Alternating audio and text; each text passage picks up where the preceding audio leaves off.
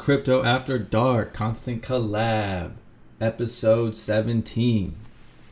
Yes, thank you guys for checking in again. Welcome back to Crypto After Dark. It is dark outside, and we're going to do another episode of Crypto After Dark. And I'm still sporting my little Harry Potter scab up here. My eyes also been twitching today, so sorry if I keep messing with that.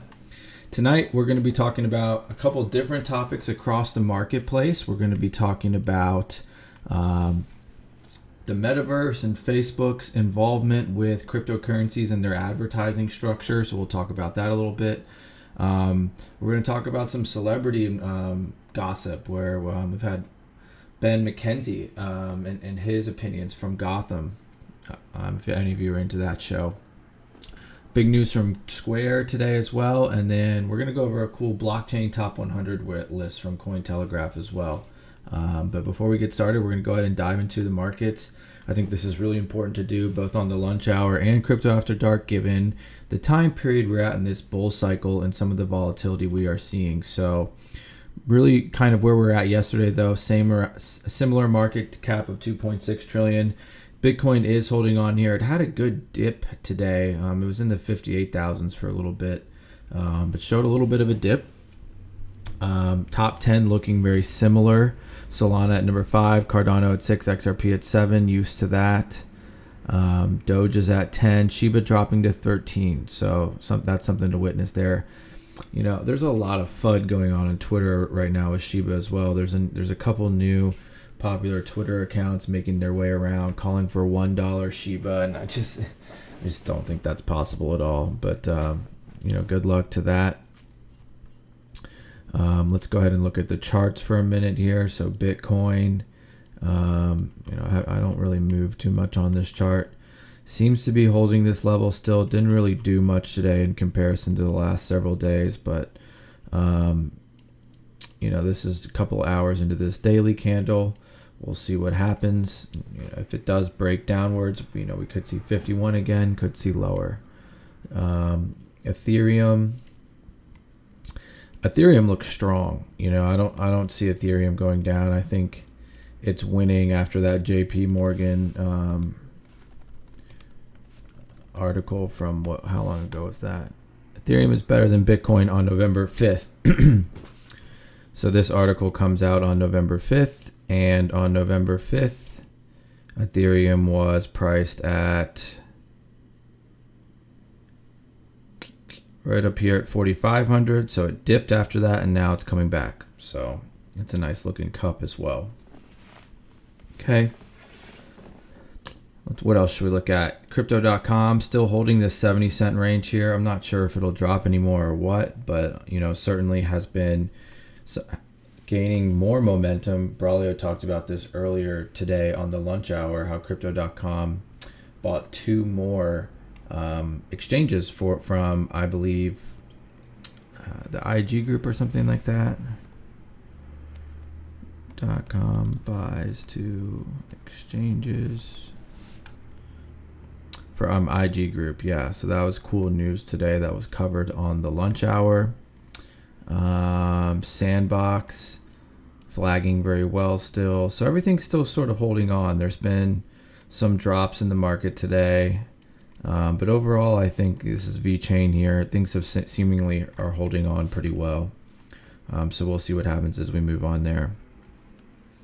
So let's move into our first article of the day here. And here's my guy, MetaMark.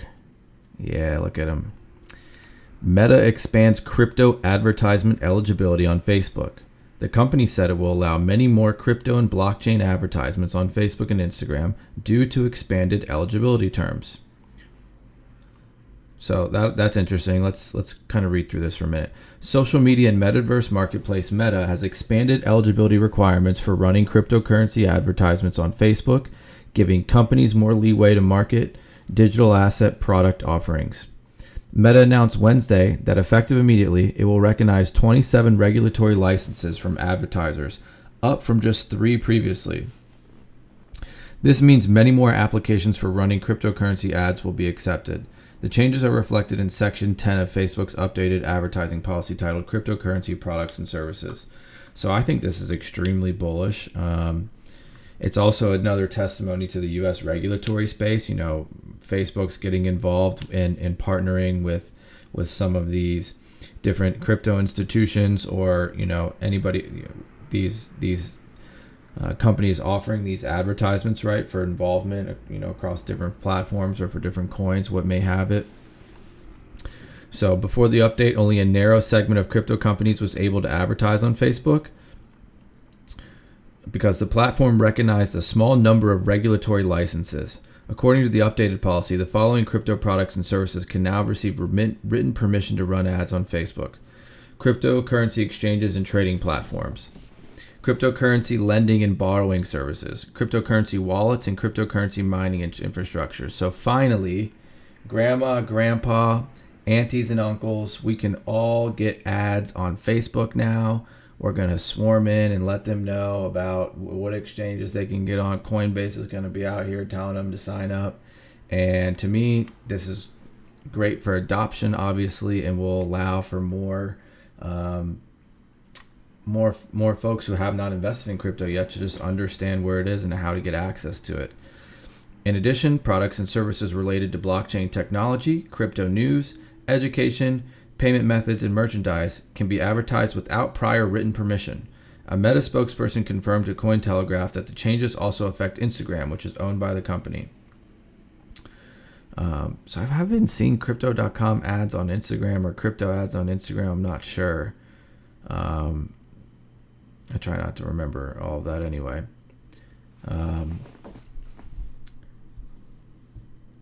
Over the years, the cryptocurrency landscape has government regulation.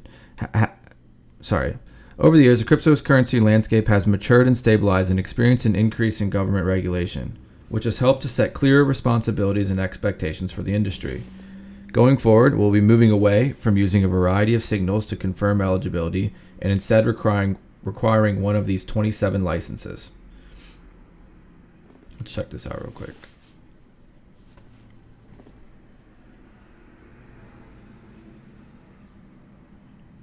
No, that's just their original graphic. I thought that was a cool video. Not a cool video. Facebook initially banned cryptocurrency initial coin offering and advertisements in January 2018 over concerns of so-called deceptive promotional practices. Let's reverse that 6 months later. So this is, again, what great adoption for the space. Really like what I'm seeing here. And I'm glad that Facebook will be flooded with crypto advertisements. Pretty good. All right. Let's move on here. Grubhub partners with Loli to give free Bitcoin rewards on food delivery. A leading online delivery marketplace will offer up to $5 back on all orders with Loli. So Loli, the leading Bitcoin rewards company, announced a partnership with Grubhub, an industry-leading online mobile food ordering and blah, blah, blah marketplace. To earn on Grubhub orders, users must download Loli's browser extension or app for iOS and activate Loli on web or mobile before placing an order at Grubhub. All diners will receive $5 in Bitcoin for their first order and $1 in Bitcoin for repeat orders. Once a dinner earns $15 in confirmed rewards on Loli, they can keep their Bitcoin in their Loli.com wallet or transfer it to their own virtual wallet. So $15 of Bitcoin for eating food up for grabs on Loli. Pretty cool. Doesn't seem sustainable, but it's just a nice grab here. I think these are less attractive partnerships because of those. It's not value based. If it's, you can cap out, it'd be cool. I mean, if you could not cap out at $15, which is what I understand here. Oh, maybe you can't cap out. I think you just need this minimum to transfer. Maybe, I don't know the answer to that though. Interest in Bitcoin continues to surge, with the leading cryptocurrency recently reaching an all-time high of nearly 67,000 in November of 2021. So yeah, this is cool adoption again. If you're eating on Grubhub 3 times a day, it's $90 a month in Bitcoin. So plus that $5 bonus for your first one, so that's like $94 your first month. That's pretty cool. Go get them. All right, juicy stuff here. Love this one. Crypto firm top execs to testify before Congress. The House Financial Services Committee announced on Wednesday that the top executives of 8 major cryptocurrency firms will testify before the committee. The committee hearing will focus on understanding the challenges and benefits of financial innovation in the United States. About time. The hearing marks a first for major players in the cryptocurrency world, as lawmakers have grappled with understanding the new financial product and how to regulate it, according to Reuters. So here's the official tweet here. We got Jeremy Allaire from Circle, Sam Bankman-Fried from FTX, Brian Brooks, Chad Cascarilla, Danelle Dixon, and Alesia Haas are 6 of them here. I thought there was a bigger than that, but it's going to be December 8th at 10 a.m. I'm hoping we can watch it. That'll be fun to watch. Hopefully I'm not too busy. The one thing I wanted to talk about here, though, is,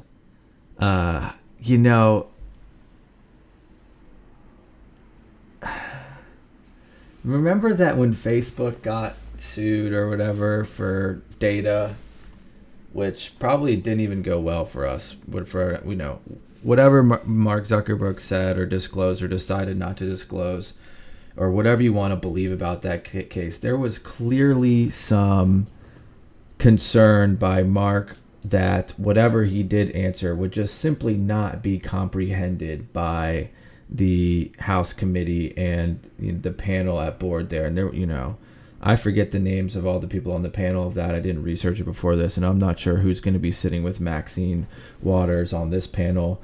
But if you're trying to tell me that she's going to understand the ins and outs of what the questions that they're going to be asking and et cetera, I'm just concerned. We were talking about this in the Telegram chat today. Do we really trust these people to push regulation for, our assets? Are they really the right people to be doing that? I hope that partnerships and testimonies and sessions like this help them to clarify some of the mud and the FUD that they have clearly been, grappled by, as the United States is clearly in the last or in the bottom tier from a regulation and regulatory perspective. But either way, I think this is going to be a super interesting session here. So Brian Brooks, who served as the top bank regulator under the Trump admin, has pushed forward several policies aimed at helping banks engage with cryptocurrency more easily. Some progressive Democrats, including Elizabeth Warren, shared their skepticism about crypto and the risk it might pose in the economy, calling it for a regulatory crackdown on the sector. I mean, we're going to have to regulate it, I agree, if you're going to use it for some of the use cases, but it's just funny. Elizabeth Warren. She's afraid of Jerome Powell, too, so we got to pick your poison here. You want Bitcoin or Jerome? Got to have, if you have neither, I don't know if that's going to work out for you. All right, so moving on here. Gotham star Ben McKenzie slams Matt Damon and more for supporting crypto. The biggest fraud since Bernie Madoff. Like December 1st, evening news headlines are great today. The crypto craze is reaching new heights never thought possible when Bitcoin launched in 2009. Not only has the flagship currency skyrocketed in value of tens of thousands, but there are hundreds of other cryptocurrencies out there. There's actually tens of thousands. However, amid it all, Gotham actor Ben McKenzie is fighting against the rise of e-currency. Ben McKenzie is fighting back. So let's look up Ben McKenzie. Hey guys, stop buying crypto. Stop it. Stop. Hey, you buying crypto, dude? Ooh. My baby's not going to own any crypto. Hey. Check me out. I don't own any crypto. 2009. I have no idea what crypto is. Crypto? Not sure. All right. I'm going to stop roasting Ben here. Reported by CNN. Cat's out of the bag on this one. Actor Ben McKenzie is unhappy with the number of celebrities promoting crypto. Best known for his work on shows such as Gotham and The OC, McKenzie has now shifted to become a famous crypto critic. McKenzie has previously blasted high-profile celebrities for taking payment to promote crypto. For example, Matt Damon previously a spokesperson for the dangers of climate change, is now one of the biggest faces of crypto. Damon isn't alone on this. Many celebrities are promoting the highly profitable, extremely resource-hungry e-currency. This includes Kim Kardashian, Grimes, Tom Brady, and even Lil Nas X, the latter launching the first TikTok NFT. When announced about the dangers of cryptocurrency, McKenzie told CNN, because you're dealing in a largely unregulated market. He and Elizabeth Warren will be good friends. There's vast potential for manipulation. Celebrities are effectively endorsing a financial instrument that's unregulated. If that regulated investment vehicle happens to be a fraud or a scam, you are now scamming your own followers. That should not sit well with you. You know what else shouldn't sit well with you? The fact that the Federal Reserve has printed 50% of our U.S. dollar supply in the last 18 months. What's really regulated? What's really a scam? Everything is, you live in your own perspectives. Whatever you think is a scam isn't a scam. If you bought crypto 10 years ago, you beat inflation by a mile. Unregulated, completely unregulated, and it made it back into your bank and everything. How do you cash out? How do you sell stocks? You use an exchange. You find a broker. You sell to somebody who wants to buy it. You buy from people who want to sell it to you. There's 8 billion people in the world. Don't live in your own head. I mean, it makes sense on paper, but it just sounds like scary chicken shit, right? Like, all right, the United States dollar is probably a fraud too. U.S. dollar purchasing power. Image. Here's your scam. That's your scam. Okay. So if that's a scam, if crypto's a scam, so is this. The Kim Kardashian and problems. One of Gotham Star's biggest targets is Kim Kardashian. The celebrity infamously used her Instagram account to promote Ethereum Max. After Kardashian urged her followers to invest, the coin's value plummeted, with many believing it to be a pump and dump scheme. McKenzie believes that the ballooning crypto bubble is the biggest fraud since Bernie Madoff. If you're listening to anybody's advice and not doing your own research and buying pump and dumps, you deserve to get dumped. If you win a pump, that is excellent. But if you don't, you just deserve to get dumped. Buy real projects. Oh, this article seems fun. We're not going to read that one. But yeah, here's Ben McKenzie. Is there any more on Ben McKenzie out here? Let's read more. Ben McKenzie hates crypto in caps. Celebrity shilling is a moral disaster. Oh, this is an old article. Take it from me. I'm a former teen pop star.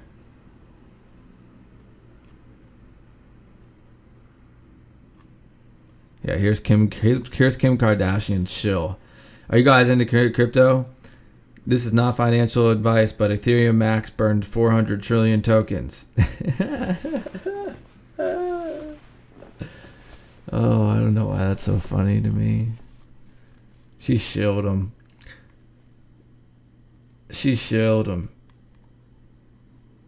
Celebrities are lending their names and promotional talents to everything from NFTs to crypto exchanges to own custom coin offerings. Together they are communicating something clear but terribly misleading, that cryptocurrencies and the many shady areas of this gray market economy offer a path to sustainable riches. God, I need to save this one.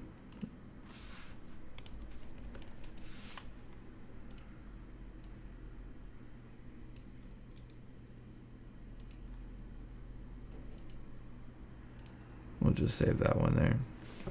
Very good. Love reading stuff like this. Think it's fun. Yeah, so these people are mad at people for showing crypto, not realizing what the global elite and people are changing behind the scenes. Top 50 banks are partnered with like XRP. You've got PwC partnered with Walmart China and all this stuff, like to use VeChain and all these partnerships we've been talking about.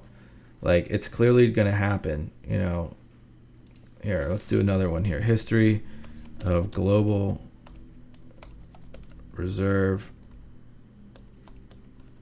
currencies. Look at this. How many global reserve currencies have been there? Since 1450, there's been 6. Let's check them out. France, How many years is that? 95. Great Britain, 105 years. 1921 to today, 100-year anniversary. I mean, not rocket science. Portugal, 80 years. Spain, 110 years. Netherlands, 80 years. We're running out of time here. Old Frank here is running out of time.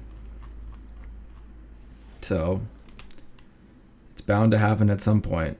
So, let's not follow Slate. This is a great picture, though. What's up, Tom? How you doing, Tom? All right, couple more articles here. Square, big news this afternoon, 5 o'clock. Square changes name to Block. The change differentiates the Square brand, which was built for the seller business, from the corporate entity. Announced today, changing it Block. Block will be the name for the company as a corporate entity. Banking services for sellers, but this allows the seller business to own the Square brand it was built for. The change to Block acknowledges the company's growth. Obviously, with blockchain, Block is an overarching system of many businesses united by their purpose of economic empowerment and serves many people. So, this is just their official press release. Block is a global technology company with a focus on financial services, made up of Square, Cash Apps, Tidal, etc. And they're all going to be using, with Cap Ash, they can use Bitcoin, and they just want to make sure that they're in the blockchain. So Square is now Block. Square kind of looks like a block. That wasn't funny at all. But that's what we got going on with Square today. Do we have any more articles on that? Jack Dorsey steps down on Twitter. Square changes its name to Block, aligning with its intent to focus on blockchain technology. Probably nothing. That's right. Probably time to sell. Music industry, NFTs, and Tidal, maybe. You got to read people's Twitter comments. They got a new...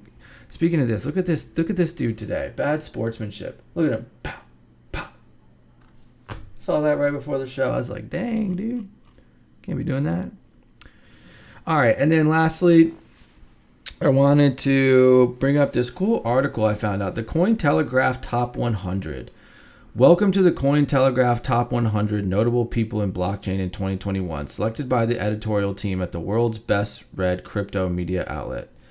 Our list this year has been determined by the choices that influenced our industry in 2020. While we may not agree with those choices or endorse those who made them, these are the people who made a difference in the crypto industry in 2020 and who will guide the direction of the sector in 2021.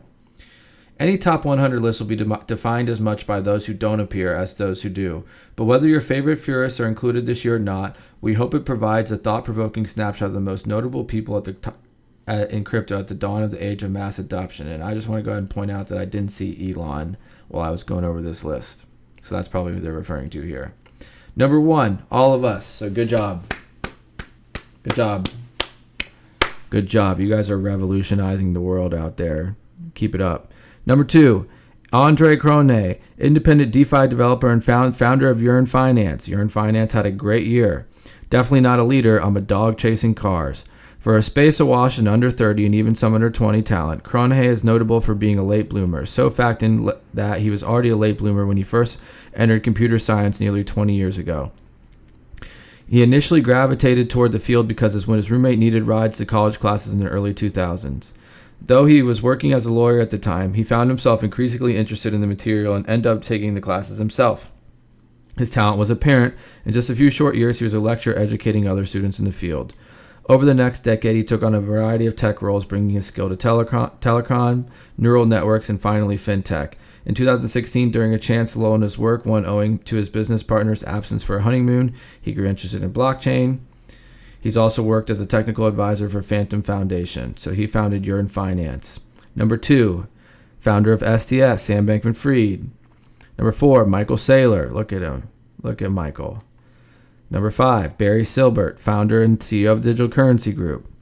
Uniswap, Protocol Labs, Avanti, Crypto.com, Stock to Flow, creator of the Stock to Flow model, Plan B. Bitcoin price is tracking stock to flow model like clockwork. If BTC does follow its historical path, we will take out gold in 2021 to 2024 and real estate in 2024 to 28. After real estate, we cannot interpolate anymore and have to extrapolate. Uncharted waters. Hyper-Bitcoinization. Plan B's 2020. So I guess this is all based on a pricing model. Pretty cool. Anthony Pop, Morgan Creek Capital. We just looked at his tweet that said probably nothing, and I just closed that article.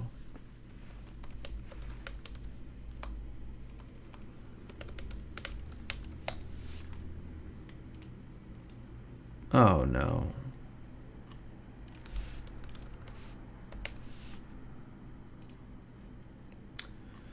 All right. So yeah, this Gary Gensler? Oh.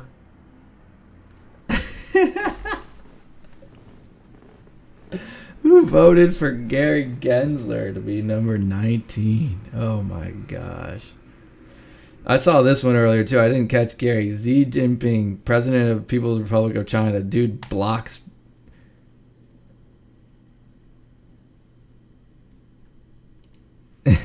Some of the names on this list are funny. Akon, what up, dog? Raoul Paul. I love Raoul Paul. He was late though. Late. Still doesn't even really talk about XRP or any others yet. Tyler Winklevoss. Where's his brother? They don't come in twos anymore. He's gonna be like, why the hell did I get left off the list this year? Oh, there he is. Right next to him. Damn, Cameron.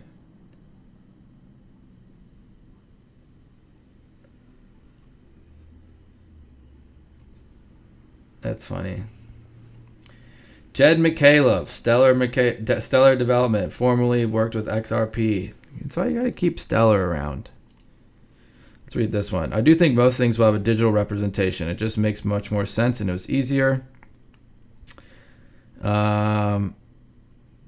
Ripple co-founder left the company in 2013. McCaleb appeared on Anthony Pomp's The Pomp podcast, and while discussing the future of crypto, he stated, anytime there's some large technological change, there are some companies that can handle it and some that can't. Some will adapt, like PayPal, and some will not. Most recently, Whale Alert, he said, sold 400 million worth of XRP in 2020. Not named in SEC's complaint. Focused on maintaining Stellar's code base, working on scalability, and putting effort into educating regulators so they can better understand the industry. Stellar's ecosystem by introducing partners to each other and facilitating projects between developers. So, pretty cool to see Jed still doing cool stuff out here. Anybody else worth talking about?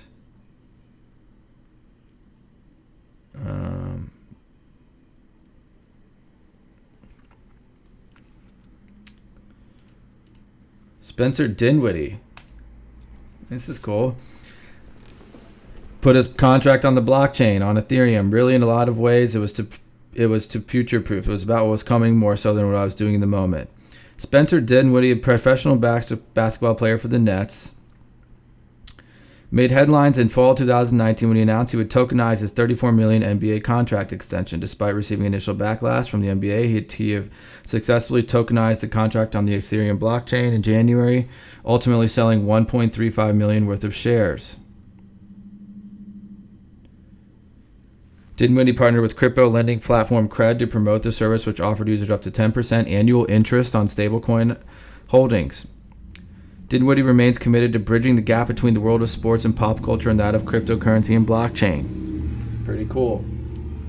So yeah, check out this list. Cool things going on. Great way to figure out who's involved with what. Great way to learn about new projects, you know. Here's your guy, Blau, right? Did I say that right? I'm not a huge EDM guy, but, you know, lots of